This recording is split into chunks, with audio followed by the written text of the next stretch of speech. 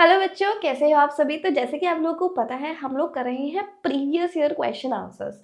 जो हमारी पिछली वीडियोस हैं उसमें हमने कार्बन एनाइड्स कंपाउंड्स के बहुत सारे इंपॉर्टेंट प्रीवियस ईयर क्वेश्चन करे। उससे पहले हमने इलेक्ट्रिसिटी के करे, मेटल्स एंड नॉन मेटल्स के करे। तो हम लोग वेरियस चैप्टर्स के जो इंपॉर्टेंट और प्रीवियस ईयर क्वेश्चन हैं उन्हें कवर कर रहे हैं। इसी तरह से आज की वीडियो में आज हम लोग कवर करने वाले हैं एसिड, बेसिस एंड सॉल्ट्स के कुछ बड़े ही इंपॉर्टेंट और प्रीवियस ईयर क्वेश्चंस को। तो आज का वीडियो भी बहुत ज़्यादा इंटरेस्टिंग होने वाला है। तो जल्दी से वीडियो को अपने फ्रेंड्स के साथ शेयर कर दीजिए, क्योंकि वो भी आपके साथ समझ पाए इस चीज़ को। जैसे ही आप लोगों को समझ आता है पहला ही पॉइंट, आपने तभी लाइक बटन को प्रेस कर देना है, सो दैट कि मुझे भी पता चले कि बच्चे इंटरेस्टेड हैं, समझ आ रहा है। और इसी तरह से हम लोग नई नई वीडियोज़ आपके लिए लाते रहें। तो चैनल को अगर आपने सब्सक्राइब नहीं किया है तो जल्दी से सब्सक्राइब को प्रेस कर दे, बेल आइकन को दबा दें, सो दैट जैसे ही नई वीडियो आए आपको उसके जो नोटिफिकेशंस है वो मिलते रहे। तो चलिए स्टार्ट करते हैं हमारे फर्स्ट क्वेश्चन के साथ। The first question is, what is observed when carbon dioxide is pass through lime water for a short duration and for a long duration. Also right the chemical equations for the reactions involved. तो यहाँ पे question है carbon dioxide और lime water से related. तो इन चीजों के बारे में आपको सबसे पहले पता होना चाहिए। तो कहा जा रहा है कार्बन डाइऑक्साइड को जब लाइम वाटर के थ्रू पास करवाया, तो यहाँ पे रिएक्शन की बात कर रहे हैं between carbon dioxide and lime water. Lime water रहता है कैल्शियम हाइड्रोक्साइड का aqueous solution. This is lime water. Lime water is CaOH whole twice in the aqueous form. अब हम लोगों ने बचपन से ये चीज तो बड़ी रट रखी है that carbon dioxide turns lime water milky, कि जो कार्बन डाइऑक्साइड है वो लाइम वाटर को मिल्की कर देता है। अब ऐसा कैसे होता है? क्योंकि देखिए, ये जो बस कार्बन डाइऑक्साइड है, कार्बन डाइऑक्साइड जैसे ही हम लोग लाइम वाटर के थ्रू पास करते हैं ये बनाता है कैल्शियम कार्बोनेट। ये क्या बना देता है? कैल्शियम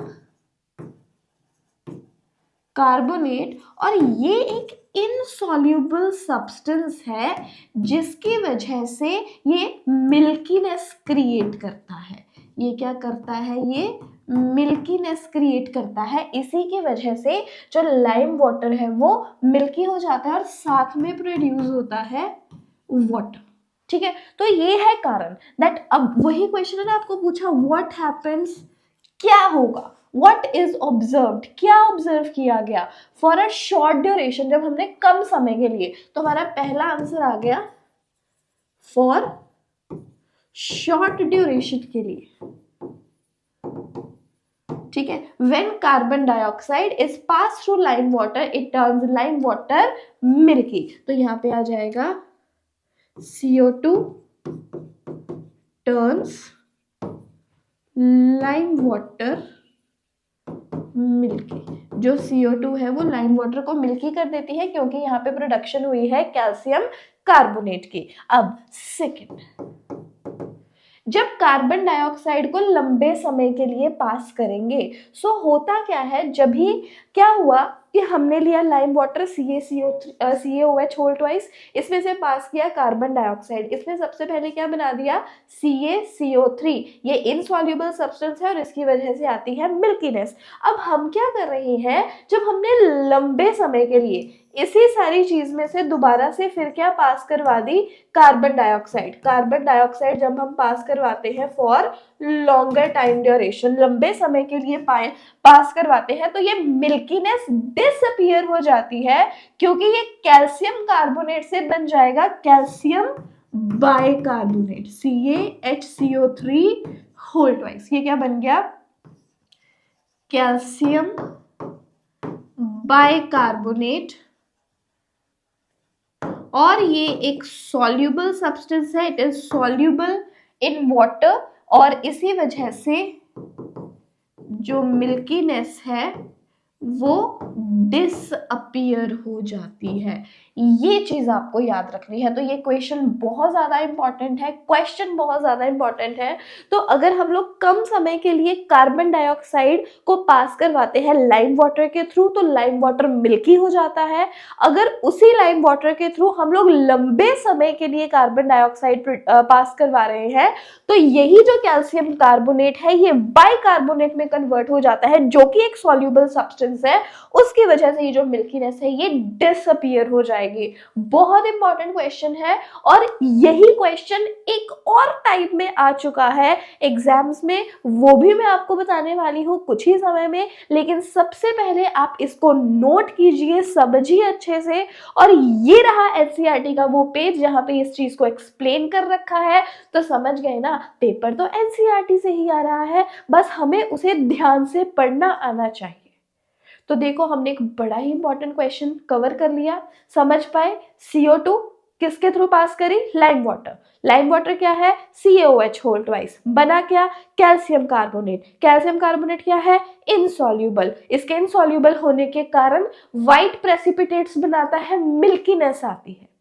इसी के थ्रू अगर कार्बन डाइऑक्साइड हम लोग लंबे समय के लिए पास करेंगे, तो यही कार्बोनेट किस में कन्वर्ट हो जाएगा? कैल्शियम बाइकार्बोनेट में, जो कि सॉल्युबल है, और जिसकी वजह से मिल्कीनेस क्या हो जाएगी? डिसअपियर। Very important. समझ में आया? लाइक का बटन दबा दो जल्दी से, शेयर कर दो, सब्सक्राइब कर लो। Very good. चलो नेक्स्ट क्वेश्चन पे बढ़ते हैं अभी। Okay, next question is 2 ml sodium hydroxide solution. Sodium hydroxide is NaOH. तो NaOH का 2 ml solution is added to a few pieces of granulated zinc. और इसमें क्या ऐड कर दिया? जिंक। जब भी हम लोग ना ऐसे साथ साथ लिखते जाते हैं, जब ना हम लोग क्वेश्चन को एक बार पढ़ लेते हैं, बस ऐसे ही उसको इक्वेशन में कन्वर्ट नहीं करते हैं, हम उतने समय तक हमारे केमिस्ट्री की प्रॉब्लम्स को सॉल्व नहीं कर सकते। कोई कहे या ना कहे कि केमिकल इक्वेशन लिखनी है, पर आपको तो पता है ना, केमिस्ट्री को सॉल्व करने का तरीका ही केमिकल इक्वेशन है। Once you are done with the chemical equation, you are done with your questions. तो देखो, अपने आप इक्वेशंस बनती है, हम बस केमिकल्स को पढ़ रहे हैं, कौन सा केमिकल लिया, किस में ऐड किया, यही आपको आंसर तक लेकर जाएगा। ठीक है, तो हमें कहा 2 ml सोडियम हाइड्रोक्साइड सोल्यूशन में, या फिर इस सोल्यूशन को ऐड कर दिया ग्रैनुलेटेड जिंक में, taken in a test tube. What content, when the content of the test tube are warmed, a gas is evolved which is bubbled through a soap solution before testing. Write the equation of the chemical reaction involved and the test to detect the gas. Name the gas which will be evolved when the same metal reacts with dilute solution of a strong acid. बड़ा ही easy question है। देखो, आपको बोला कि आपने sodium hydroxide और zinc इनको react करवाया एक टेस्ट ट्यूब में, बताओ कौन सी गैस बनी। तो बड़ा ही सिंपल सा है। सोडियम हाइड्रोक्साइड क्या है? बेस। जिंक क्या है? मेटल। जब भी मेटल और बेस में रिएक्शन रहेगा, ये बनाएगा मेटल का सॉल्ट, एक कॉम्प्लेक्स सॉल्ट बनेगा along with the evolution of hydrogen gas. Very good. हमेशा याद रखना, मेटल रिएक्ट कर रहा है चाहे किसी एसिड के साथ, मेटल ही रिएक्ट कर रहा है किसी बेस के साथ, डाइल्यूट एसिड हो या बेस हो। जब इनके साथ मेटल्स रिएक्ट करते हैं, ये हमेशा हाइड्रोजन गैस को इवॉल्व करते हैं। तो यहाँ पे hydrogen that is H2 gas जो है वो इवॉल्व होगी, प्लस सॉल्ट कौन सा बनेगा? देखो, यहाँ पे NaOH H2 गैस बन रही है, लेकिन यहाँ पे बस एक हाइड्रोजन है, मतलब NaOH के कितने मॉलिक्यूल्स लगेंगे? 2 मॉलिक्यूल्स। ये H भी गया, ये H भी गया, इन्होंने तो बना दी H2। अब जो हमारे पास बचा वो सॉल्ट, Na कितने बचे? 2 Na2, एक बचा Zn, और यहाँ से बचे 2 oxygen Na2ZnO2, that is sodium zincate. ये याद रखने की ट्रिक है। जिंकेट जो है ये सॉल्ट बन गया और साथ में इवॉल्व हुई हाइड्रोजन गैस, साथ में इवॉल्व हुई हाइड्रोजन गैस। तो वही लिखा है, राइट द इक्वेशन, हमने इक्वेशन लिख दी, and the test to detect the gas. और ये जो कहते हैं जो गैस इवॉल्व होगी, उन्होंने बताया नहीं कौन सी गैस इवॉल्व होगी, हमें पता है हाइड्रोजन गैस। अब इस गैस को हम लोग डिटेक्ट कैसे कर सकते हैं, आपने उसका टेस्ट बताना है। टेस्ट क्या है, अब देखो इतनी चीज तो ये खुद बता चुके हैं दैट ये जो गैस है इस गैस को बबल करवाया थ्रू अ सोप सोल्यूशन। अब सोप सोल्यूशन के थ्रू जब ये पास करवाएंगे उसके बबल्स बन के गैस के ऊपर आएंगे, and when we will bring burning candle near it, near the bubbles of gas, और ये पॉप साउंड के साथ बर्स्ट करेंगे, these will burn with a POP pop sound. ये पॉप साउंड के साथ बर्न करेंगे, पॉप पॉप पॉप करके बर्न करेंगे। यही निशानी है हाइड्रोजन गैस को डिटेक्ट करने की। तो चलिए हमने ये भी बता दिया कि हम लोग उसको कैसे डिटेक्ट करेंगे। Name the gas which will be evolve when the same metal, कहते हैं कौन सी गैस इवॉल्व होगी जब same metal that is zinc reacts with dilute solution of a strong acid, किसी strong acid के dilute solution के साथ ये react करेगा। तो strong acid, आप sulfuric acid ले लो, H2SO4 का dilute solution, sulfuric acid strong है, आप HCl ले सकते हो, कोई भी चीज।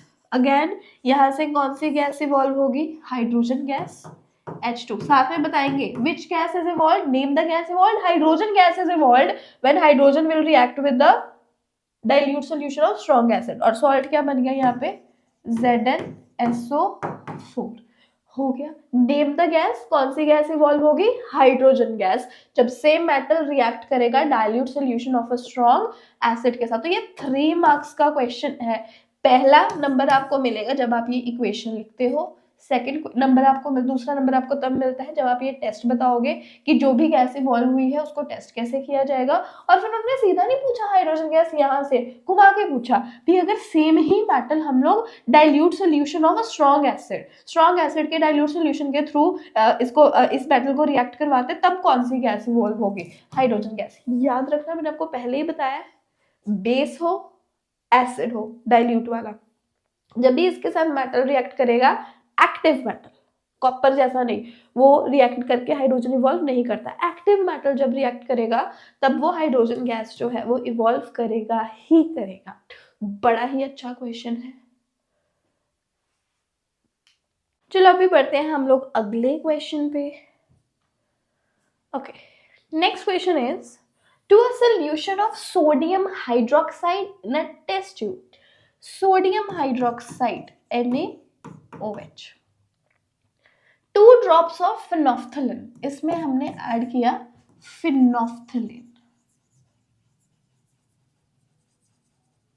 phenolphthalein क्या है, phenolphthalein भाई एक इंडिकेटर है, इट इज एन इंडिकेटर। अब इंडिकेटर्स क्या होते हैं, इंडिकेटर्स ऐसे सब्सटेंसेस होते हैं जो कि अपना कलर चेंज करके या फिर अपनी स्मेल चेंज करके, जो स्मेल चेंज करें उन्हें खास तौर पर ऑल्फैक्टरी इंडिकेटर्स कहते हैं। सो मतलब इंडिकेटर्स वो सब्सटेंसेस हैं जो हमें एसिड या बेस, इन दोनों सब्सटेंसेस में डिस्टिंग्विश करने में हेल्प करते हैं, either by changing their colour और बाय चेंजिंग देयर स्मेल। तो कहते हैं हमारे पास एक टेस्ट ट्यूब में सोडियम हाइड्रोक्साइड है, उसमें हमने डाल दिए 2 ड्रॉप फिनोफ्थलीन के, state the colour change observe, क्या कलर चेंज होगा। याद रखना NaOH एक बेस है और बेस में जब भी हम लोग ऐड करते हैं फिनोफ्थलीन, खास तौर पे फिनोफ्थलीन बेस में ऐड होने पर पिंक कलर देती है।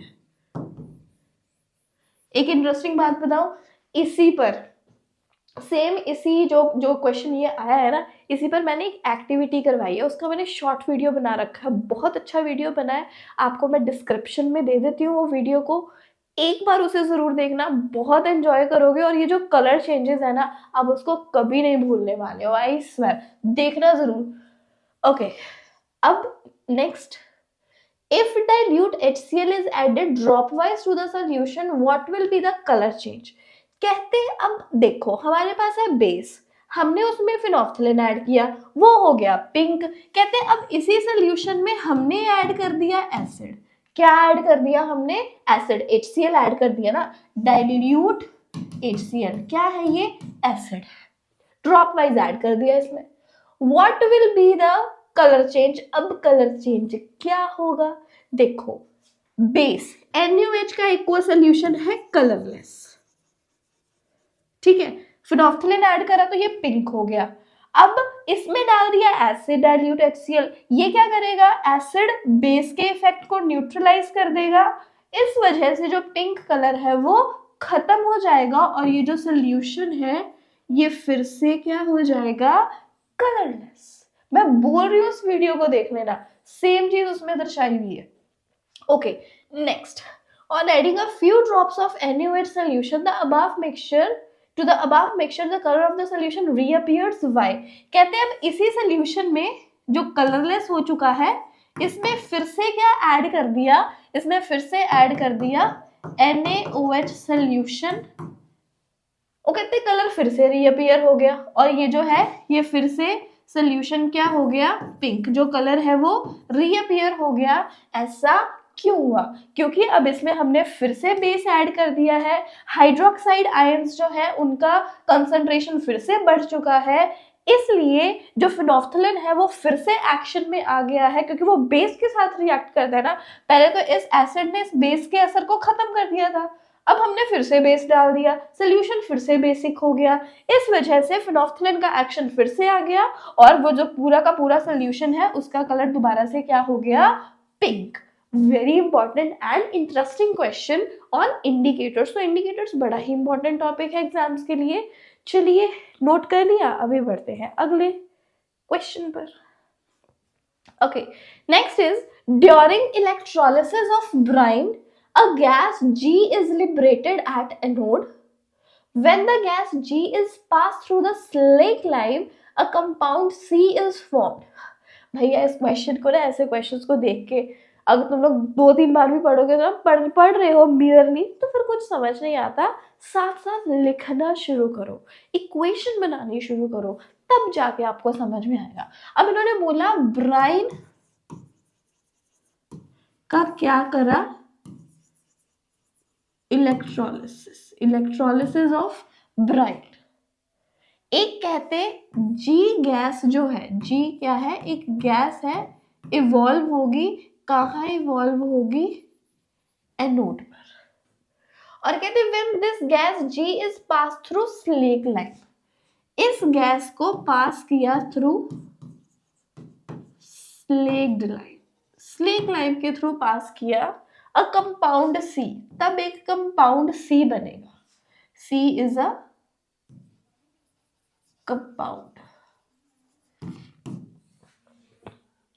विच is used for disinfecting drinking water, और इस कंपाउंड को यूज करते हैं फॉर डिसइंफेक्टिंग ड्रिंकिंग वाटर।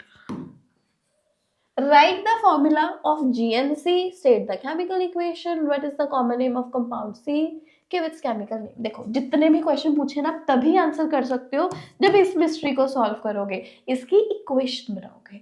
अब यहाँ पे आपको दे रखा है ब्राइन, ब्राइन किसे कहते हैं, NaCl के एक्वस सोल्यूशन को याद रखना, ब्राइन का मतलब NaCl का एक्वस सॉल्यूशन, इसकी क्या करी, इलेक्ट्रोलिसिस,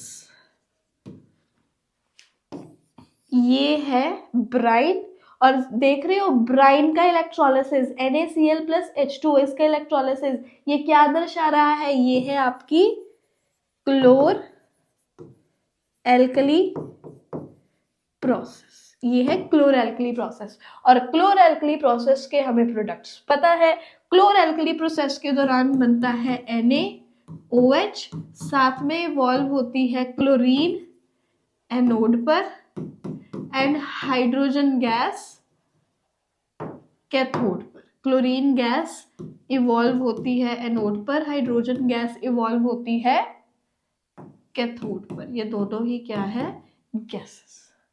डन। अब इन्होंने खास तौर पे बोली है एनोड वाली बात, इसका मतलब एनोड पे क्या आ रही है, क्लोरीन। तो हमारा जी, जो जी गैस इवॉल्व हो रही है वो जी गैस कौन सी है, Cl2। So what is the formula of G, Cl2। Second equation में कहा कि यही जो जी है that is Cl2। Second equation बनाएंगे, Cl2 को पास किया स्लेक लाइम के थ्रू। स्लेक लाइम क्या रहता है, calcium hydroxide, CaOH whole twice. कहते अभी एक कंपाउंड बनेगा C। अब आपको पता है क्या होगा, CaOH होल ट्वाइस, ये है ना। अब इन दोनों के रिएक्शन के दौरान यहाँ से वाटर मॉलिक्यूल जो है वो रिमूव हो जाएगा और आपके पास बचा क्या, CaOCl2। CaOCl2 यही है हमारा compound C। So what is the formula of C, CaOCl2। State the chemical equations. दोनों ही केमिकल इक्वेशंस हम लोग बना चुके हैं, तभी हमें आंसर पता चला। What is the common name of the compound C, CaOCl2। इसका कॉमन नेम क्या है, ये है ब्लीचिंग पाउडर। ये क्या है, ब्लीचिंग पाउडर है। Give its chemical name. इसका केमिकल नेम क्या है, Ca इज कैल्शियम, O के लिए ऑक्सी, Cl2 के लिए क्लोराइड। तो ये क्या बन गया है, what is the chemical name, calcium oxy chloride. तो ये है, ये लो, ये बड़ी आसानी से हमारा ये क्वेश्चन भी हो गया। अब देखो यहाँ पे बात हुई क्लोरएल्कली प्रोसेस। क्लोरएल्कली प्रोसेस अपने आप एक बहुत बड़ी प्रोसेस है। अगर आप इसको सेपरेटली समझना चाहते हो, आप चाहते हो मैं इसके ऊपर एक सेपरेट वीडियो बनाऊं, वैसे मैंने पहले भी एक वीडियो बना चुका है, वैसे मैंने इसके ऊपर एक पहले भी वीडियो बनाया हुआ है। मैं एक नया वीडियो बना दूंगी, मुझे इसमें कोई वो नहीं है। लेकिन अगर आप चाहते हैं a video on chloralkali process, the latest one, आप मुझे कमेंट बॉक्स में बता सकते हैं, मैं आपके लिए क्लोरएल्कली प्रोसेस का वीडियो भी जल्दी से ले आऊंगी। तो इसी तरह से ये हो गया हमारा एक और question solve, done. It is a very important question. तो चलिए अभी के लिए आप इन्हीं क्वेश्चंस को प्रैक्टिस कीजिए, बने रहिए हमारे साथ। इसी तरह से और भी इम्पॉर्टेंट क्वेश्चंस मैं आपके लिए लाती रहूंगी। जाने से पहले वीडियो को लाइक ज़रूर कर देना, अगर कुछ समझ पाए हैं तो अपने फ्रेंड्स के साथ ज़रूर शेयर कीजिए। चैनल पर नए हैं तो सब्सक्राइब कर लीजिए और बेल आइकन को प्रेस कर दीजिए।